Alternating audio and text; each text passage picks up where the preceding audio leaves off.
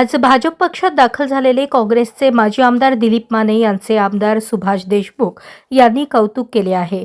विशेष म्हणजे दिलीप माने यांच्या भाजप प्रवेशाला सुभाष देशमुख गटाकडून सुरुवातीला तीव्र विरोध झाला होता, त्यामुळे हा प्रवेश होणार की नाही याबाबत संभ्रम निर्माण झाला होता। मात्र सर्व विरोधाला न जुमानता दिलीप माने यांनी भाजपमध्ये प्रवेश करून राजकीय वर्तुळात खळबळ उडवली।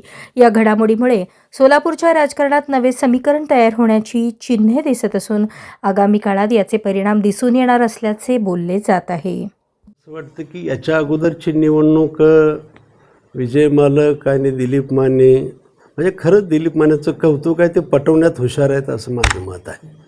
तर मागच्या वेळेस दिलीप माने मालकाला पटवलं आणि यावेळेस आमच्या सचिन कल्याण शेट्टीला पटवलं।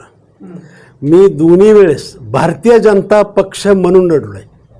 भारतीय जनता पक्षाचे कार्यकर्ते दोन्ही वेळेस होते माझ्याबरोबर, पण दुर्भाग्य आहे की नेतृत्वाच्या लक्षात आलं नसेल, नेतृत्वाला सांगितलं असेल आपल्याकडे सोसायट्या नाही त्या, आपल्याकडे ग्रामपंचायत काय, म्हणजे असं रडकं सांगितलं असेल। मी रडका माणूस नाही, लढणारा माणूस आहे। आणि त्यावेळेस म्हणले की आपल्याला एकसुद्धा सीट नाही, सोसायटीत आपल्याला मतदान नाही, एक सोसायटी नाही। मी अभिमानानं सांगतो, बाजार समिती नैतिकदृष्ट्या मीच जिंकलेलो आहे। जिथं एक सोसायटी नाही तिथं 450-500 मतदान सोसायटीचं झालं आहे।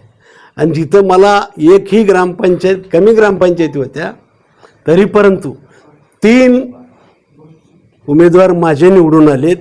आम्ही एवढ्या मोठा सत्ताधारी पक्ष आणि आम्ही पक्षाचे म्हणून आमचा एक माणूस निवडून आला। किती? एक माणूस निवडून आला। हे अभिमान, ही खोटी माहिती वर जाती। आता दावा आहे आम्ही स्वतंत्र लढलो असतो ना, 100% भारतीय जनता पक्षाचे कार्यकर्ते निवडून आले असते। आमच्या कार्यकर्त्यावरती ठराविक जणांनी अन्याय केला असं माझं मत आहे। मला ते शोध लागायचा आहे, जरा तुमच्या माध्यमातून कळवा मला।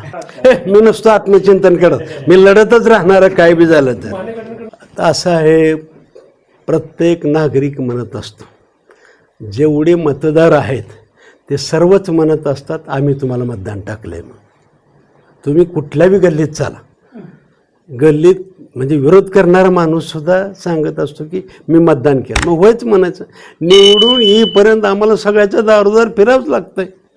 उमेदवार असू किंवा मतदार असू, सगळ्यांच्या दारोदार फिरावंच। आम्ही फिरलो बी, मतं मागत फिरावंच लागते सगळीकडे, आमची बाजू पटवून सांगावीच लागते। तेवढ्यापुरती पटली बी असेल, एखादं परिवर्तन झालं बी असेल, दिलं बी असेल, मी नाही कुठं म्हणालो।